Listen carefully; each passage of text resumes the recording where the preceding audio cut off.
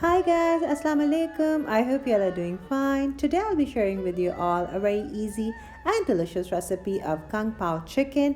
It's a Chinese dish, but I'll be sharing with you all my version of it. So let's see how you can very easily make it at home. Let's start. To start off, we'll be first marinating our chicken. To marinate it, we'll be needing some boneless chicken cut into bite-sized pieces.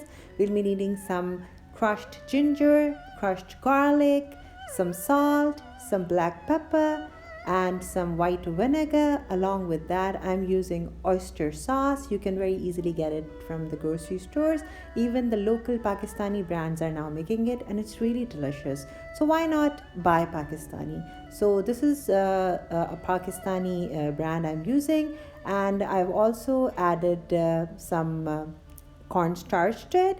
This is basically to make the chicken really tender, because we at home like to use the breast part of the chicken. You can use the thigh part by all means, but to make it more velvety like, you can marinate it with either bicarb of soda or some vinegar, and along with that you can use cornstarch, and it's going to be really delicious. So while that's marinating, let me show you that what else you'd be needing. So for the sauce, we'll be needing some chicken stock. This is some homemade chicken stock that I already had in the freezer, so I thawed it, and to that I'm using and adding some sesame seed oil. Again, you can very easily get it from the grocery stores, and as well I'm adding some oyster sauce and the rest of the cornstarch. This is our Kung Pao stir fry sauce. It is ready. And the other things you're seeing are some crushed peppers, red chili peppers, some roasted peanuts, crushed ginger, and some sprigs of green onions along with the white part. We'll also be using some soy sauce that you saw in the last clip, as well as we'll be adding some brown sugar, which was skipped from recording, but I'll be listing down all the ingredients down below, and you can get the list from there. Now we're going to fry our chicken pieces. Here I'm shallow frying them. You can just stir fry them before adding the sauces, but this step ensures that the chicken has been fully cooked, so there's no harm in doing that, because of course you're not going to use all of that oil to your stir fry. So you can use that oil in some of your other cooking. Well, I'll be using half of it to our rice, so you can see that in our next clip. So when the chicken is fully cooked, I'll be removing it from the oil and we'll keeping it aside, and in the meantime we'll start preparing our rice. To prepare our rice, we are first going to prepare our eggs. So I have beaten the eggs along with some salt and black pepper, and just going to fry them in a little bit of oil. What I do is just let them settle for a bit and then just break them into small pieces. So that's how our hard scrambled eggs are done. And I'm sure you know how to do it, but if you don't and you're a beginner, you can learn that too. So once our eggs are done, we're just going to keep these aside, and we'll bring our wok to the flame.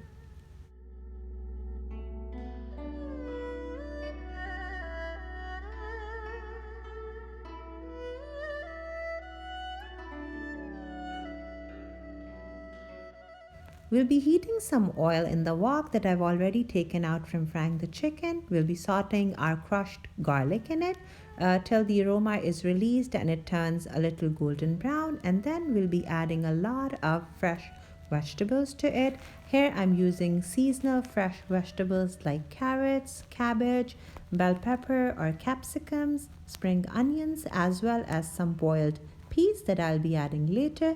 Here I'm going to season our vegetables with some salt and freshly ground black pepper, and after stir frying our vegetables for a few minutes, I'm going to add our boiled rice that I've fully boiled a few hours beforehand, and they are cooled down completely, and then going to add them to the vegetables.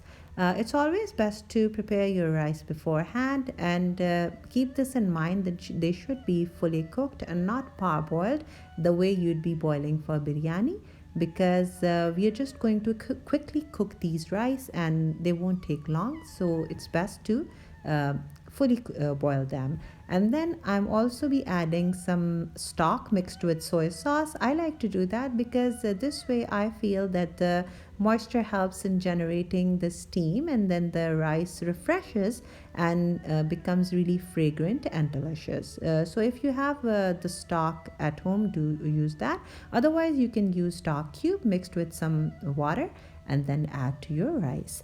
And then we're just going to mix our rice well, and we'll let it simmer over low medium flame for 10 to 15 minutes, and then we're ready to serve.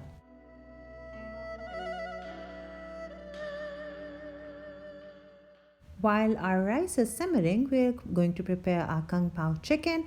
Here I've heated some oil in the pan and just added the roasted peanuts along with the crushed peppers.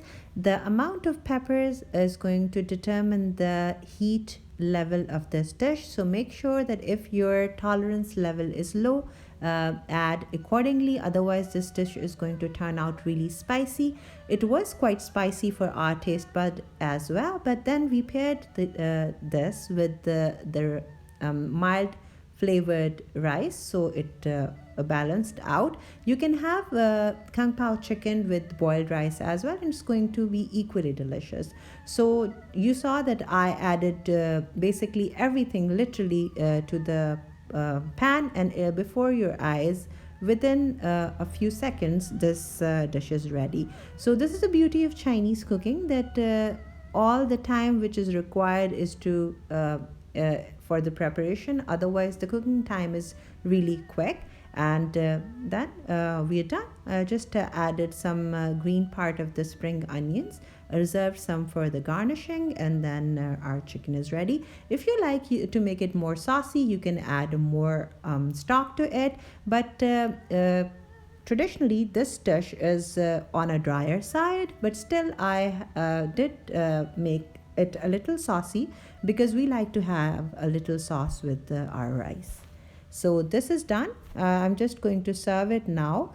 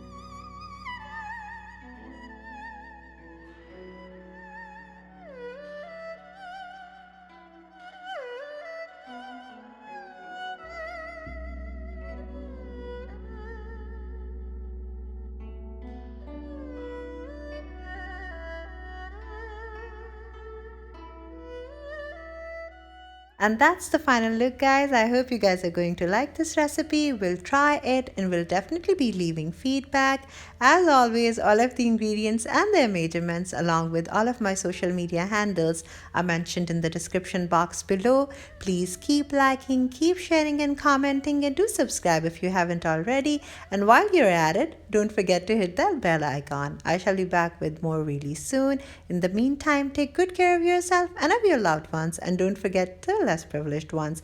Bye for now. Allah Hafiz.